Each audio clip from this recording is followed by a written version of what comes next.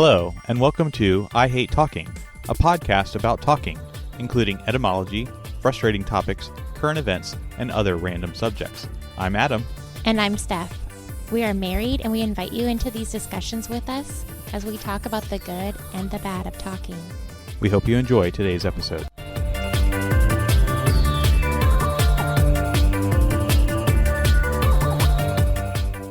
Welcome to episode 111 of I Hate Talking. Hi, everyone. So we have not received any particular comments or emails or text messages in response to the questions from our last episode on if you found the middleman scam interesting or what you would do in our shoes. So you can always go back and listen to that if you have not heard that episode and comment accordingly. But for our experience, nothing more has come of it. Yeah, as of right now, it's all done. So hopefully it remains that way. Hopefully there are no more legitimate or illegitimate services being performed at our property. Right. Other than the ones that we ourselves schedule. Right. So there you have it. And then, like I mentioned, you can always like, share, subscribe. Maybe there is a friend out there that is not aware of what a middleman scam is. Maybe this is your first episode and you don't know either. It's just episode 110, one previous to this. Yeah, maybe it'd be helpful. No one wants to fall for it because we were lucky enough to kind of catch it, the circumstances, right? That we at least hope, we still don't know, but we hope that we haven't fallen for the scam. But we easily could have. That's true. Maybe we have. We still don't know. Yeah, we don't know. For 100%. So moving on to our word or phrase of this episode, and that is the phrase data center. I asked you what this was earlier tonight. And our kid answered us. That's true. He came with a textbook answer that it is a secure location that contains a variety of computer servers that are used for a variety of purposes. Data processing, data storage, so on and so forth. Yeah, that's what he said. So I think that's probably an apt description of data center. I think in the olden days, data center was truly data. Like it was storage facilities. So like files? Right. Manila envelopes? No, still computer related, but it was data hosting. So things to run websites. So like hosting materials, pictures, videos, the HTML code that is running websites. Because there wasn't a cloud back then? Well, you could host a website from your own local machine, but the internet was basically networked computers that were used for storage and communication. Okay. So a lot of these words, I don't know what they mean. I see. I can use them in a sentence, but I really don't know what it means. Right. So cloud computing is sort of a, I guess, recent jargon, but the internet really has always been cloud. It's interconnected devices, some of which may host or some of which may process. Then why do you need a physical area to store it? Well, the data has to be stored somewhere in the cloud. All the zeros and ones. In the actual cloud, like where the rain comes from? I don't know. It's just up there above us in our heads. No, it's in some physical server somewhere. So there's one mega computer that has all the knowledge in the world, and if we turn that off, we lose everything? No. No, there have been instances where like certain data centers have gone offline. Like there was one recently, well, maybe not recently, but within the past 1 to 2 years with Amazon Web Services where some of their major data centers went offline and their remaining data centers helped with the load, but were not able to sustain all the different traffic and hosting services that it was being asked of. So there was a lot of slowdown and crashes and things that were not working. Okay. Huh. My point being that in the past, data center as a phrase, I think, really did refer to data. So storage of media and things of that nature. But I think what is in the news more recently is they call it data center, but it's really probably more like processing center. Processing, but it's still not physical items, right? I think that's where I'm having a hard time. Why do we need a physical area for virtual things?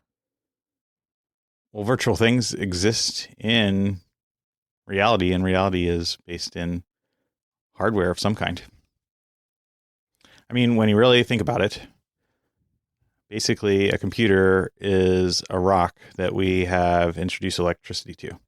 So basically a computer is just a lightning charged rock. Okay. Well, you have to put the rock somewhere. The rock's in the room right now. We're using the rock. Yeah, and then we're going to take this audio file, which is stored locally on this physical computer right here that is taking up space on our table. And we are going to upload that to our podcast hosting platform. And that is going to go on some physical server somewhere. And we're going to upload it to AWS, Amazon Web Services, in fact, to do some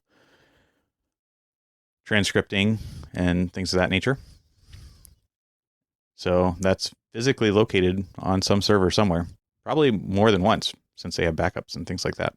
Okay. And then we can delete it from our computer to make storage space. But that's why it's never fully deleted, because it's over there on their computer. Correct. Yeah, we have the backups of the audio files on AWS at this moment. And that physically exists somewhere in a data center. And then if AWS goes down, we lost it. Well, they probably have backups that they could restore. And that's why they need all these. If the backup goes down, yeah, it's possible that it would be lost forever. That's why we need all these centers, because they're doing the backups of the backups of the backups. No. See, that's why I think it's a misnomer to call it a data center. Because I don't think these new facilities that are coming online are being used for data per se. In terms of the old terminology, where data was going to be more storage. Okay, so then what is it then? AI. Okay. They're processing centers.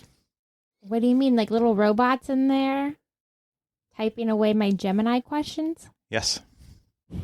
Well, that question has to be responded to, and it takes physical assets in terms of some sort of CPU or GPU to do the calculations, look at its model and training data, come back with a response. That takes some sort of physical computing device. By a person? No. Oh. But somebody had to code that? Yes. Okay. That's the model, the training data. Are the people there in the data centers coding then? No, most of these data centers are dark data centers. There's no people. They don't even have lights unless there's like a maintenance issue that they turn on the lights. So, but it still requires a lot of power and water. Correct. Why? Well, when you run a lightning through a rock, it tends to get hot. So you have to cool said rock to be able to perform adequately and not overheat. And that requires water. And in order to power the rock, you need electricity. So it takes a lot of electricity, which also consumes a lot of natural resources and things of that nature. Is this where they're mining Bitcoins? I have not heard that as official reason for building quote unquote data centers, but I suppose they could. Okay. You know how I heard about, I've heard data centers once in a while thrown around, and I've seen commercials for them. But do you know where I questioned it today? Well, I think it's been in the news quite a bit in a variety of different locales and residential areas and things of that nature. But the one that has made national news as of late is the zoo. Yeah, that's how I noticed it. The singer, the musician, Brad Paisley, has started this big campaign and a press conference and going all out because he lives in Nashville. And I guess they want to make data center next to the Nashville Zoo. and he is gung-ho against it. So that's what struck my attention. Like, why does Brad Paisley hate data centers so much? Right. I think as of late, a lot of the focus on the data centers and trying to not allow them to be built by the local populace and things of that nature is that they are rejecting said data centers because of the drain on natural resources, namely water, electricity, as well as some of the unsightliness of data centers. They're very large, not very beautiful structures in But any they way. could be. Well, I suppose they could be, but they're going for cost effectiveness. I don't think Mm-hmm. they're making it look like a tourist attraction because it's not made to be a tourist attraction. It's not like people are going to come visit. It's strictly for data and the storage and processing of that data. Yeah, so that was exactly the article I read about Brad Paisley, how he was saying they don't have enough water, they don't have enough electricity, it's too ugly. Those are his like complaints I heard. Maybe he had others and I missed them, but that was my takeaway. So yeah, I mean, why? I mean, I'm not saying he has to spend his own money, but I'm sure he financially could. If he cared that much, why don't they make it look like part of the zoo? Just blend in. I know that won't help with the water and electricity part, but so it's not like sending out like radioactive stuff that's going to hurt the animals, is it? No, I've not heard that. I have heard that the outcome of data centers could be, in addition to the resources used, noise pollution. So they does Like have the buzzing. right, yes, potentially noisy with either the fans or pumps that are running in order to cool the data centers, and even probably the processing units themselves may generate quite a bit of noise. That it does impact noise within the local area. And then also, because of the massive amount of computing power that's being used, it is generating a lot of heat. So I've not seen this widely, and this perhaps is maybe a bit of a theory, but I have seen reports that when these data centers are stood up, that there is a localized increase in temperature around the data centers because they are producing so much heat. It's kind of like when you make a parking lot, the temperature in that area goes up because of the concrete versus the grass. Yeah, I suppose a similar concept, but the fact that it's actually generating heat because it's doing all the computations and things of that nature. So, I mean, I have seen memes where like people, instead of buying a furnace, will just buy a few Bitcoin miners and run that, and that produces enough electricity and heat to warm their abode for the winter. Well, yeah, I believe it in a way because I had a computer, a desktop computer in college, and I remember that thing would get so hot sometimes, like blowing out such hot air. I didn't know if it was safe or not, so I would turn it off. But if I like ran it all night long, it would be hot. That's true. And then I have seen some plans. I don't think anybody has actually done this, but like to build data centers either near the ocean or even in the ocean, so that then therefore it could use the seawater as a cooling mechanism. But I think that would be dangerous because of tsunamis and earthquakes or leaks. Basically, if the seawater gets it in somewhere that it's not supposed to be, that basically your millions and millions of dollars of computer hardware will be scrap. But that does make sense to use water that we can't drink. I mean, I know you can, but it's like a whole process, right? That you have to filter, yada, yada. Right. Desalination plants and things like that. It sounds like that would be a good use of natural resources. Yeah, I don't know why they wouldn't build them on the coast. And people don't need to be there, right? Only occasionally checking on them. Right. So it's not like the mining guys when they're out in the middle of the ocean for months at a time away from family. You know what I'm talking about? The oil, or you're not miners, are they oilers? What are they? Oil rigs. Yeah. Well, there you go. Maybe you can start a new company and call it Oil Rig Data Centers, and then place the data centers on an oil rig and use seawater to cool it. And then it won't even be on the ocean.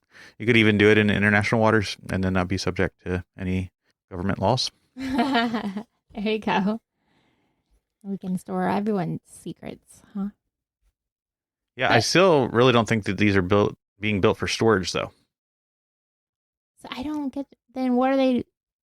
I guess I don't understand AI. Well, I guess nobody does when it comes down to it. So it's just a blank computer waiting for a question.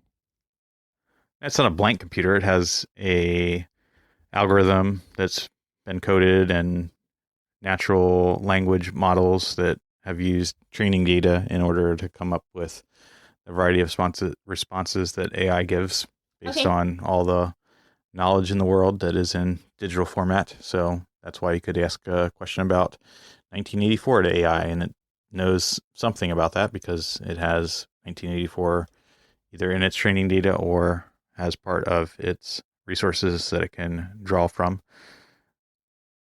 So is it kind of like picturing, say, a human? I know it's not a human, but think of like a human that has a library behind him. And then I'm like, hey, person, answer this question. And then they're like, 1 minute. And then they go back to all of their stuff and like the category, like look it up and then run to the book and look at it and come back and tell me the answer. Maybe. Does a person like logically think that this is the answer? No, they're just telling me the fact that they read in the book. But how do they determine what fact to give you? I don't know. Whatever was in the book that they had. So they just randomly pulled a book and hope that the fact that Not randomly, they have to look in their little like Dewey Decimal System and their little cards. You know what I'm talking about? You I picture do. like the old libraries where you pull out I can't even think of what they're called. What are they? You pull out the Like index card. index cards and you look for that and it gives you a number. Then you take it over to the books and find that number. I suppose so. There's still some sort of logical processing that the human is doing in order to use that. I guess it's sort of similar to how an algorithm would be programmed in order to know that this is the subject matter, this is the index that needs to be reviewed, and then serve up that information. But AI is typically not deterministic. So when you're using that example, that sounds more deterministic because a person is going to determine something as what will be the correct result, or at least the correct resource to use. Whereas AI is just, for all intents and purposes, guessing. It's just really, really good at guessing. AI is? Right, because it's not deterministic. Yeah. Well, just today I was using AI because I was asking, we're taking family photos soon, and I was asking it a question about the color scheme to make sure, everyone's clothes aren't matchy, but that they coordinate well. So I was asking, and then they sent me something completely off the wall different. And I was like, wrong colors. And then they're like, oh, my mistake. And then sent it again, and it was still wrong. So then I was like, wrong colors. And they were like, my mistake. That must be frustrating. And then they gave me the correct thing. That's why AI is not very good at certain types of math where, again, like a deterministic result is needed.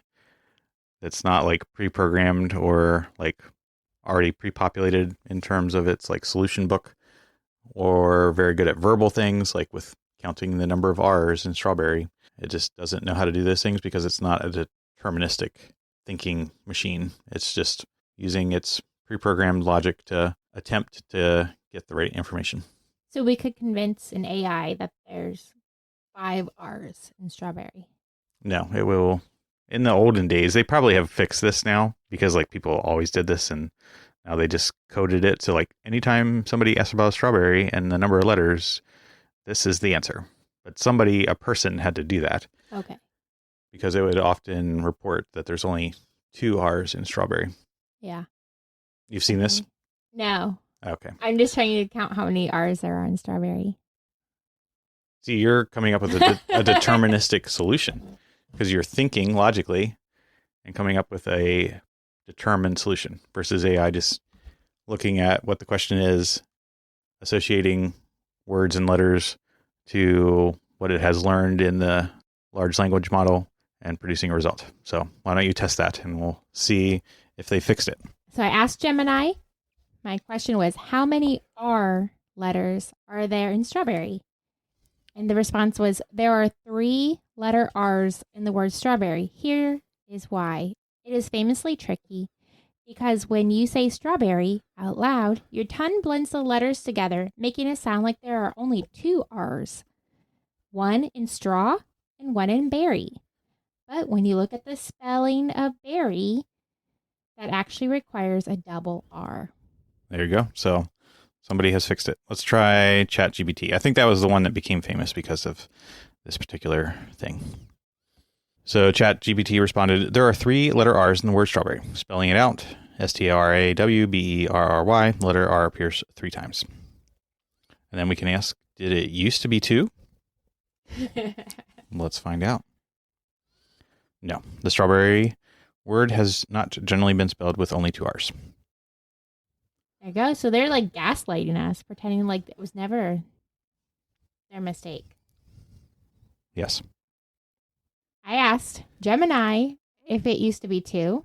I liked your question. And it said, no, it's actually always had 3 R's, going way back to its earliest roots from thousands of years ago. Interesting. Now, if you ask ChatGPT if it thought that it used to have 2 R's, it basically blames previous language models. So it says, other language models have sometimes given the wrong answer to questions like this in the past. Earlier AI models often struggled with tasks that required careful counting of letters and words because they process text as patterns rather than literally inspecting each character the way a simple counting program would. So they admit that they were wrong, but they won't straight out say it. Well, it blames its parents, essentially. It always goes back to that. It's always their fault. So, yeah, I don't know. I guess we can ask what the difference is between a data center and a processing center, or if data center is a processing center. Yeah. See what it says. There you go. So I asked, is a data center just used for storing data? No, a data center does store data, but that's only one of its functions. A data center is a facility that houses computers, networking equipment, and storage systems that provide digital services. So it can include data storage, computing, networking, cloud services, backup, and disaster recovery. Like disaster recovery, like if we lose our internet? What kind of disaster recovery? Like if other data center gets hit by flooding or something, it will have a backup so that it can recover from the disaster in another part of the world. Oh, okay. I was thinking like Red Cross, like they keep their emergency supplies there. Yep. So it does say at the very end here, in some AI-focused facilities, computation is actually the dominant activity. See, and that's why I think that it's a bit of a misnomer to call some of these new quote-unquote data centers, because the primary purpose for which they are being constructed is computation. And computation is? Like doing some sort of compute function, doing some sort of generative response or calculation. That's AI. Yes, AI. Okay. How long have data centers been around then? Well, I guess you have the Library of Alexandria. Right. So I was there. Library of Congress. I've been to the Library of Alexandria. There you go. I mean, those were data centers. There's a whole bunch of data there in the form of books. Right. So I guess a library could be, but like in the way that we're using it nowadays. So the first use of the exact phrase data center was from the 1950s and 60s to describe facilities that housed large mainframe computers requiring dedicated environments for their operation. There were computers in the 50s? Yeah, they went to the moon. But she had to, it was that lady that was in labor and she had to like read all her notes in labor. No, they had some computing systems back then and storage. I guess. Seems crazy. That just seems like a long time ago. I guess not. Well, it was a long time ago. It's 2026 now. I'm sure a data center from the 1950s looks far different than a data center today. Right. Now, tell me, is it data or data?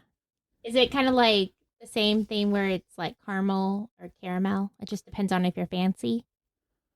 I suppose so. I would say both could be correct. I would say data would probably be more British, and data would be more Americanism, perhaps. Okay. Is that true? Did you research this? No, I didn't. I was just curious because I do think I feel fancier when I say data. So the American Heritage Dictionary says that both are correct, but it has data as the primary pronunciation. Okay. I know when I asked that question earlier in our family, like about what is a data center, they said the kids were like bickering a little bit about the proper pronunciation. One called it data and the other one's like correcting them on data or vice versa. I don't remember. But I was like, both, it's the same word, guys. You can say it either way. But I wasn't quite confident. I was pretty confident in that, but I didn't know if that was true. But I wanted them to stop bickering. So I said, they're both right. It can be data or data. Yep. It does seem that Merriam-Webster's, other British dictionaries all list all the different pronunciations, but data seems to be the most preferred pronunciation. Even in Britain? Yes. Oh, okay. Interesting. I don't know. I'll have to pay attention to how I pronounce it. I think I probably just reflect the same pronunciation of the people that I'm speaking with and sort of just mirror their pronunciation. Guess we'll find out when we listen to this episode how many times we say data versus data. I guess we could ask AI to count how many times. There you go. Hopefully you, our listener, have appreciated the data that we have presented in this episode about data centers and their related impact to the natural world as we try to infuse lightning into rocks to make it answer questions for us. And good luck to Brad Paisley. Yeah, I am all supportive of like development of capabilities such as computing and things like that, but there is a balance there, especially if said activities may be used for nefarious purposes. Right, yeah. So, from your friends at I Hate Talking, until next time, remember, it is only through talking that we begin the journey to understanding.